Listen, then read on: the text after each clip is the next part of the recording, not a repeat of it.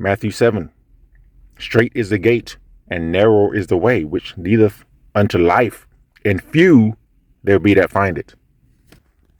Talking about people who are pragmatists. And probably that's a tendency that most of us have. Let me see if I can say this before the device runs out of battery juice here. Don't have a lot here. But a lot of people, a lot of us are pragmatists. It's basically the ends justifies the means. You're going by what your eyes can see only. Sometimes it's a little bit more than that. Now, recently, I was mocked by a couple of what I call passers-by on the interwebs. Basically, something I posted or said, it offended a few people. Yeah, I mean, there's no news there. I am talking about the Bible, and I'm not against the Bible.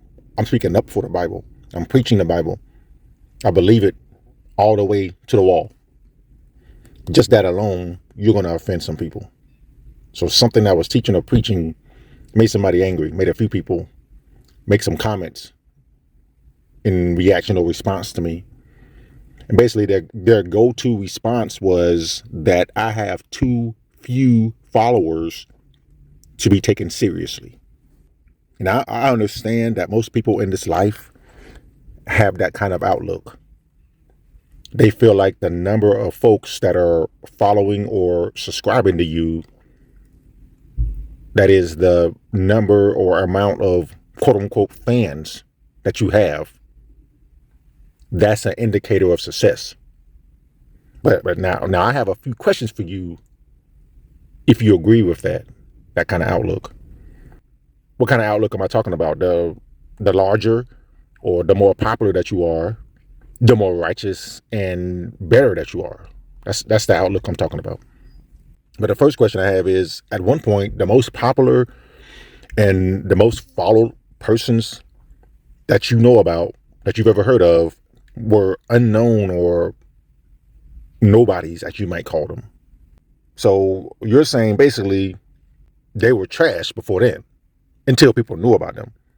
So that gaining subs or a lot of thumbs up, does that mean that they became better individuals or groups or organizations once they gathered those people?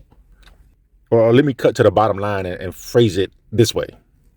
Is God necessarily more approving of you if you have a larger following than you used to have, or larger than that guy over there? Now, we know that God can increase status, wealth, power, and such because he's blessing you. But we also know that Satan can do the same. Under the ultimate approval of God, Satan can do that. It's been given to Satan to lift people up, to do what he wants until God returns through the person of Jesus Christ and sets things straight. Now, all you got to do is look at Luke chapter 4. And there's a few other places of the New Testament that correspond to that account of Jesus being tempted in the wilderness. Satan is straight up telling Jesus that he can do that for people. He wants to do it for Jesus, but of course, Jesus don't need Satan to do that. He don't want or need Satan to do that for him. We're the weak ones, we're the powerless ones who think that Satan can do that. Even though we may not say openly or consciously that it's Satan doing it. Sometimes we'll call it God, but it's really Satan doing it. Look at Luke chapter 4, right there at the beginning. The devil said unto him, that is Jesus, the devil said unto him, all this power will I give thee, and the glory of them, for that is delivered unto me. Who delivered it to him? Well, of course it was the Lord himself, the Father in heaven. That is delivered unto me, and to whomsoever I will, I give it. That is the people who will accept that from the devil. And the devil says to Jesus there in verse 7 of chapter 4 of Luke, if thou therefore wilt worship me, all shall be thine. And Jesus answered and said unto him, get thee behind me, Satan, for it is written, thou shalt worship the Lord thy God, and him only shalt thou serve. A lot of people like to quote or reference, get thee behind me, Satan, however they want to word that. A lot of people know about that, but they don't reference or don't seem to be aware of what I just read prior to that. The devil's given the power to lift people up. So is it a good thing that you have more followers? Am I supposed to be impressed by that necessarily? Now, again, sometimes I heard one preacher describe it as kind of an old school phrase. God can blow on your ministry. He can blow a blessing, blow the winds of blessings, open the windows of heaven, those kind of things onto your life, onto your ministry's life, onto your business's life or your family. And people can look at you sometimes and say, man, that guy, that woman, that family, that business, yes, there's a light on them. There's a blessing on them. And you're almost in awe of it. I've seen this with people or families or groups of people. You know, you need to just step aside and don't try to hinder that in that case. But I don't think that's a normal or common thing. I think normally in the world, in the sense of the world, or from a world standpoint, the most popular people that you see, they're not working for the Lord. The exceptions are the ones that are, but they're exceptions, as I always say. But let's move on to another question that I have is, what is your threshold to say that you should be respected or honored for your following or whatnot?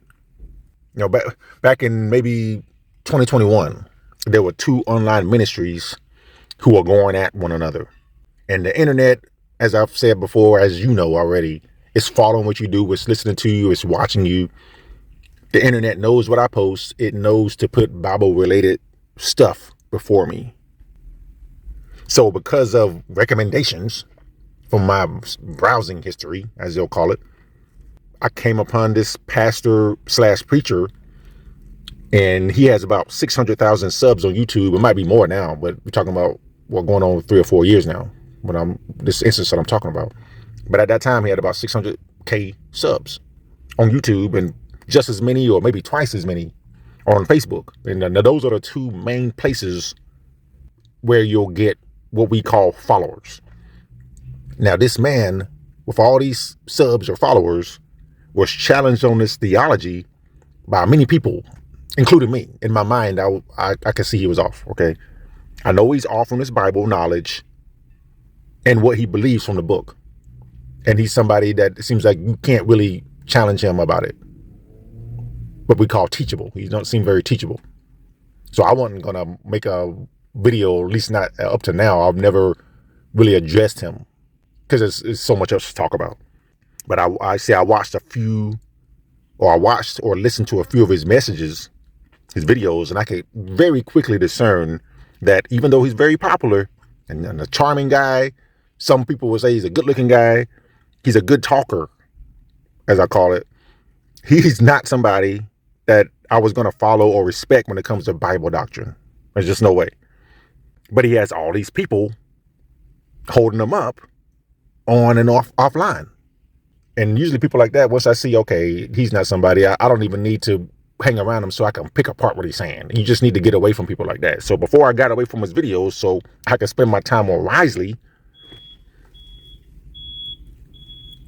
I saw another pastor or a preacher online making messages denouncing that popular pastor.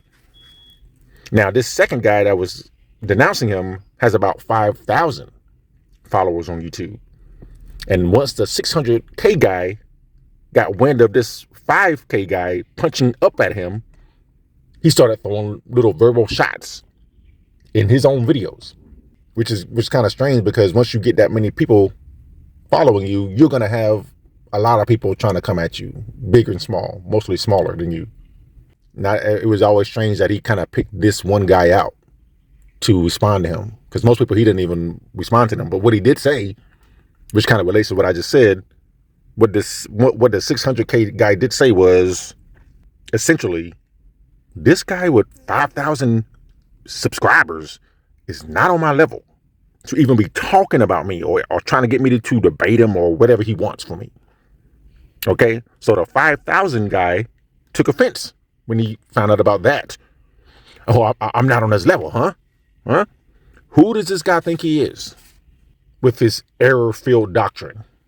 But then in the same time frame, the 5K guy was being challenged on something he was saying about the Bible by an online ministry with about 50 subscribers. And you know what the 5K guy did? He started mocking the 50 subscriber guy, just like he'd been mocked by the guy bigger than him. Now that's hilarious to me. So what's the threshold that someone should respect you? Is it 100 subscribers? So, you've broken triple digits now, so you're doing something now. Now, as I speak today, I've never even done that. Is the threshold 100? Is it 1,000? Is it 10 or 100,000? Is it a million? What is it? Who gets to decide what the threshold is? That you should be, okay, well, now he's somebody we should listen to. So according to that kind of pragmatic outlook, Jesus's earthly ministry was a failure. And I believe that was brought up by the Lord's design. He wants to see who's going to read the Bible or know about Jesus and consider Jesus, and who might say, this guy really only had a few followers relatively. Obviously, he was and is a flop. You get what I'm saying? Or you might be like me and others, hopefully you, who say just because your numbers are few, it doesn't mean you're wrong. Just because no one in a particular room agrees with you, it doesn't mean you're off. Which brings us back to the people, and they're not the only ones I've encountered so far. Again, I only have less than 50 people on any platform that you could find me on. But they mock because I'm not large and in charge in the lost and perishing world's eyes. You know what? I'm not supposed to be. Of course, we want people's eyes and ears on us and what we stand for. Whether you're wicked or godly, you want that.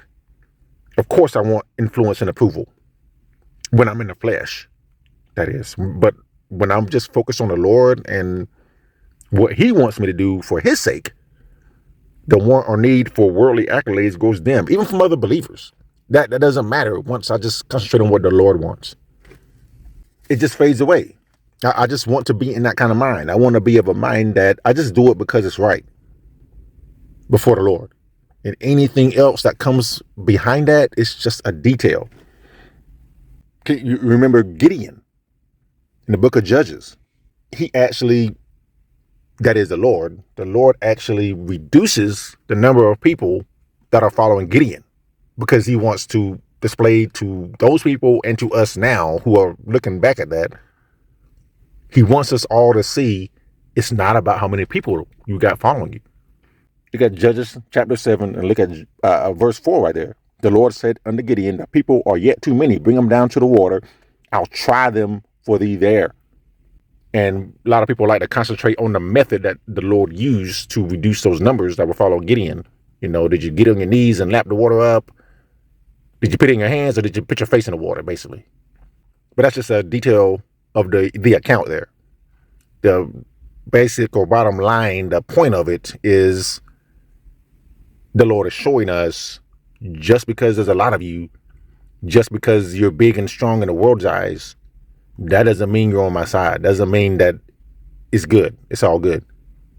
Arise, Gideon, get thee down unto the host, for I have delivered it into thine hand. It's already happened, Gideon.